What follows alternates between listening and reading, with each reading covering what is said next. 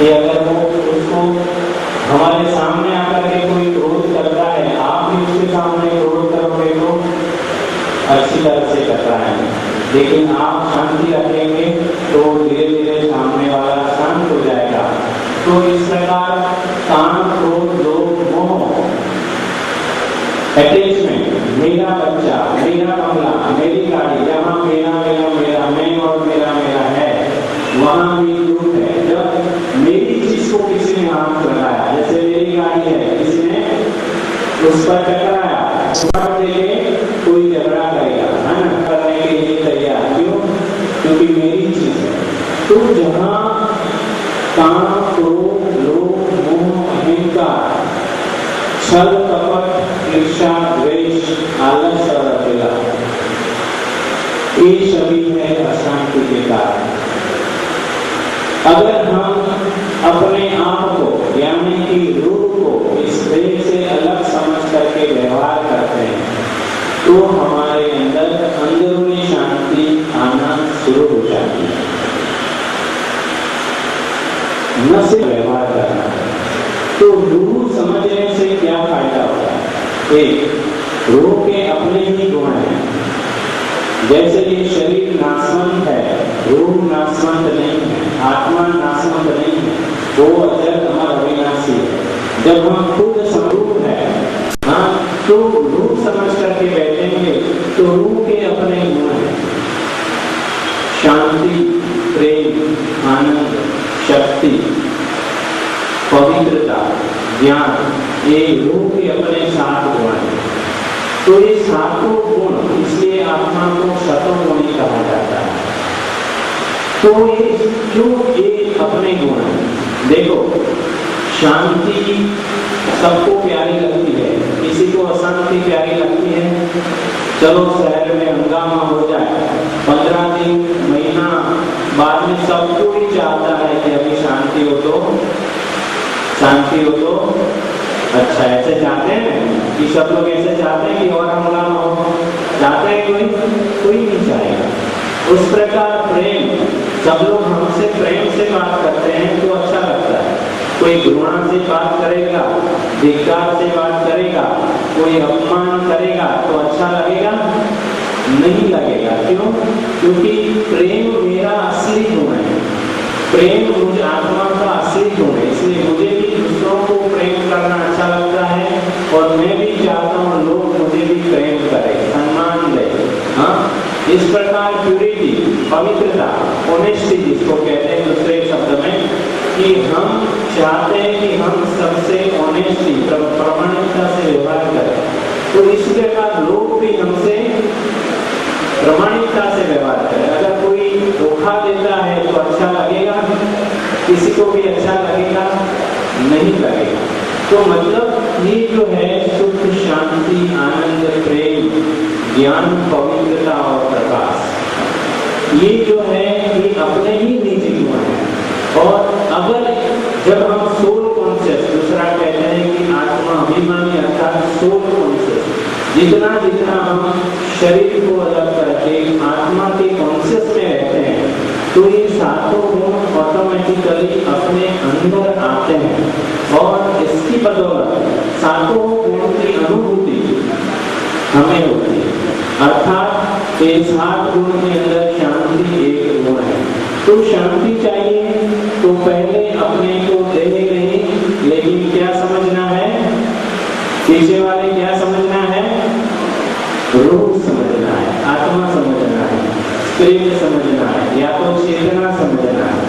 जितना हम चेतना की गहराई में जाएंगे उतना हम शांति की फीलिंग किसी भी जगह, चाहे दंगा फसाद हो रहा है, आप अपने घर में शांति से बैठे हैं, भले बाहर रोड पर कुछ भी हो रहा है, लेकिन आप शांति की फीलिंग जरूर करेंगे। न सिर्फ आप शांति की फीलिंग करेंगे, आपके विचारों से वो शांति का एक वाइब्रेशन बनेगा। हाँ, जैसे ये पंखा होता है, जब ये खड़ा होता है तो पवन नहीं आएगा, लेकिन जब वो फिरता है तो हमें पवन की महसूसता होती है। उस प्रकार शांति के जब हमारे अंदर विचार पैदा होते हैं तो विचार जब थॉट्स जब पावरफुल बनते हैं उसका एक वाइब्रेशन पैदा होता है और वो वाइब्रेशन न सिर्फ हमें शांति देता है, हमारे आसपास के लोगों को भी शांत बनाने के लिए प्रेरणा करता है। तो एक तो हमें अपने आप को रूह समझना है, आत्मा समझना है। दूसरा जो मैंने आगे कहा कि मटेरियलिज्म, भौतिक चीजों के पीछे जाना अर्थात शांति को खोना। जितना जरूरत है जरूर उसके लिए पुरुषार्थ करना ही चाहिए और करना पड़ेगा, लेकिन जरूरत से ज्यादा मुझे चाहिए, जितना है नहीं ले लो, दूसरों को जरूरत नहीं है, अगर इसमें जाएंगे तो आप अपनी शांति को, अपने अमन को खो देंगे। तीसरा है अमन का सागर, जिसको हम कहते हैं अल्लाह कहते हैं, जिसको हम कहते हैं भगवान या ईश्वर कहते हैं, जिसको गॉडफादर कहते हैं। तो ये शांति का सागर, अमन का सागर वो ऊपर वाला है जो सातवें आसमान पर बैठा है। उसकी जब हम बंदगी करते हैं तो जिस प्रकार हम जब बर्फ के पास जाते हैं तो क्या महसूस करेंगे? बर्फ के पास गर्मी या ठंडी? ठंडी महसूस करते हैं। तो इस प्रकार जब हम आग के पास जाते हैं तो क्या महसूस करेंगे? गर्मी महसूस करेंगे। तो अल्लाह भी जो है वो शांति का सागर है, प्रेम का सागर है, वो भी आनंद का सागर है। तो उसके पास जब जाते हैं, जब हम उसकी बंदगी करते हैं, तो जैसे आप लोग भी 5 टाइम नमाज पढ़ते हो, ऐसे हम भी 5-6 बार ये बंदगी करते हैं, जिसको हम ट्रैफिक कंट्रोल कहते हैं, कि अपने मन को सभी कारोबार से निकाल करके उसकी ओर जाते हैं। तो जब भी हम अपने मन और बुद्धि को अल्लाह की ओर, परमात्मा की ओर लगाते हैं, तो उसके अंदर जो शक्तियाँ हैं वो धीरे धीरे हमारे अंदर आती है और हमें नेक काम करने के लिए आगे बढ़ाती है। तो एक तो हम उसको दूसरे अर्थ में मेडिटेशन कहते हैं कि अपने को रूह समझकर रूहों का जो मालिक है उसको याद करो, उसको हम मेडिटेशन कहते हैं।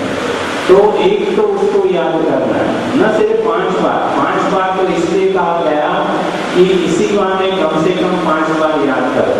अगर उसको निरंतर याद करो तो वो निरंतर आपके साथ में रहेगा, न सिर्फ साथ में रहेगा लेकिन आपके काम ऐसे निकलेंगे जैसे आपको पता ही नहीं चलेगा कौन करके गया, इतना सरलता से।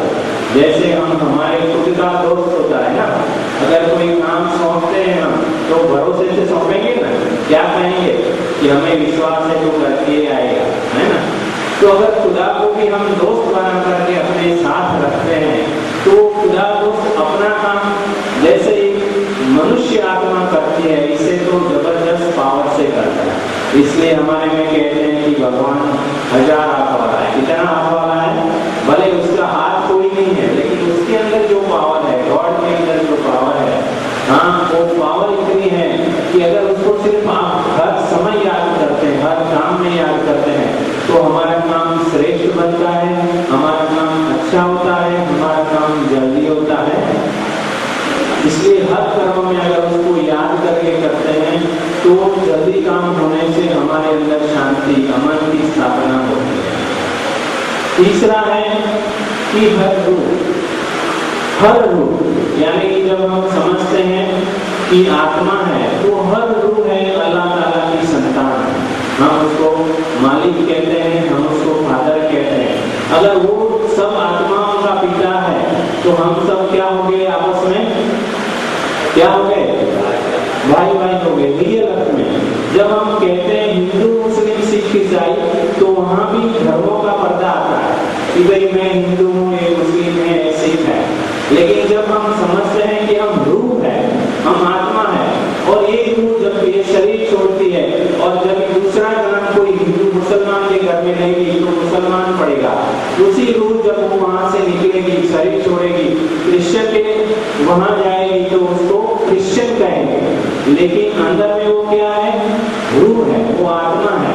इसलिए एक आत्मा यहाँ से शरीर छोड़ा, दूसरे तीसरे धर्मों में चौथे, तो जब वो शरीर धारण करती है तभी शरीर का धर्म पड़ता है। बाकी रूह का ओरिजिनल जो धर्म है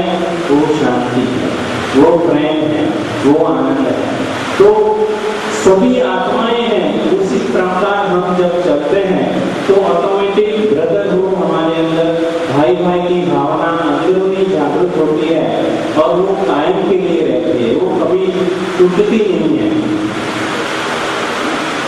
फिर शांति को हासिल करने के लिए एक और चीज सबको करनी चाहिए और वो है सुबह उठते ही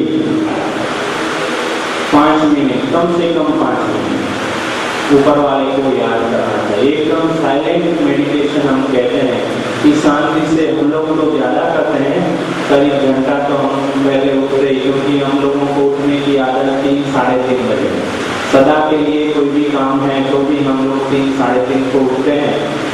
1 घंटा हम ऊपर वाले की इबादत करते हैं, फिर हमारा काम शुरू होता है।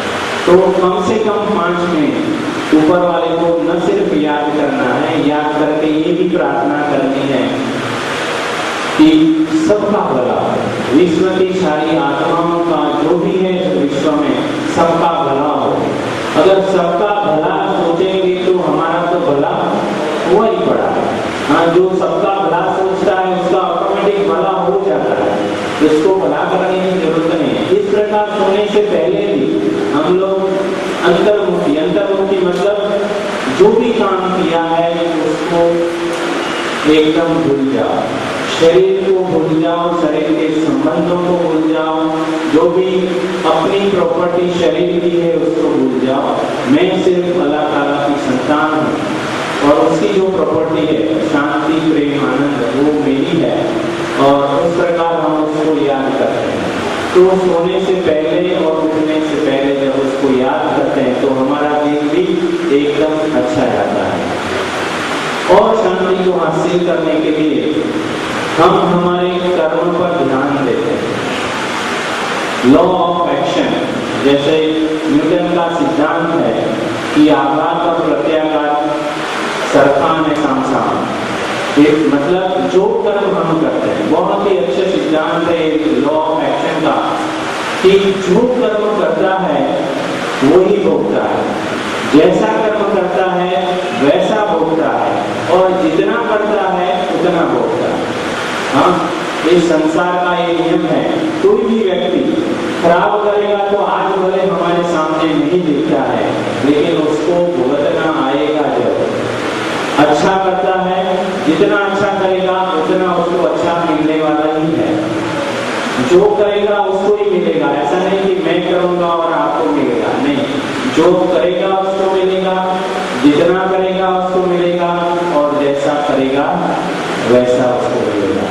तो ये लॉ ऑफ एक्शन है, ये कर्म का सिद्धांत भी हमें शांति की प्रेरणा देता है।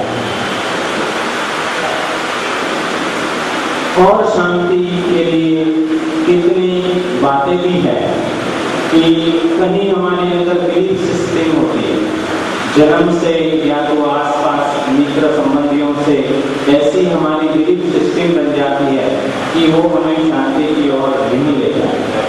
हाँ, जैसे कि अभी मैंने कहा कि हम शरीर में, हाँ, कई लोग कहते हैं ऐसा नहीं, शरीर तो शरीर है, ब्रेन और बॉडी सब कुछ काम करता है। तो ये जो मान्यता है उसको हमें कंसिडर मतलब करना पड़ेगा। अगर शांति चाहिए तो शांति कहीं भी आप अपने को रूप समझ करके बैठेंगे तो ही शांति की फीलिंग आएंगी। शरीर समझेंगे तो शरीर के जो भी कनेक्शन है, रिलेशन है, वो आपके सामने आएंगे, शांति से बैठने नहीं देंगे। फिर कहीं ऐसे सिद्धांत भी है, एक है कि बदला न लो बदल कर दिखाओ। ना, एक एटीट्यूड, हमारी जो अंदर की जो मनोवृत्ति है, हमारी दृष्टि वृत्ति और वृत्ति, तो हमारी जो अभिगम है, एटीट्यूड कहते हैं, अगर हमारा अभिगम पॉजिटिव है तो हमारे अंदर अमन मतलब शांति जल्दी आएगी। लेकिन हमारा एटीट्यूड किसी भी बात में नेगेटिव है तो शांति की जगह, अमन की जगह अशांति शुरू हो जाएगी। इसलिए कोई भी बात में कैसी भी परिस्थिति आती है, घटना आती है, संसार है समस्याओं का सागर है, हर कदम पर समस्याएं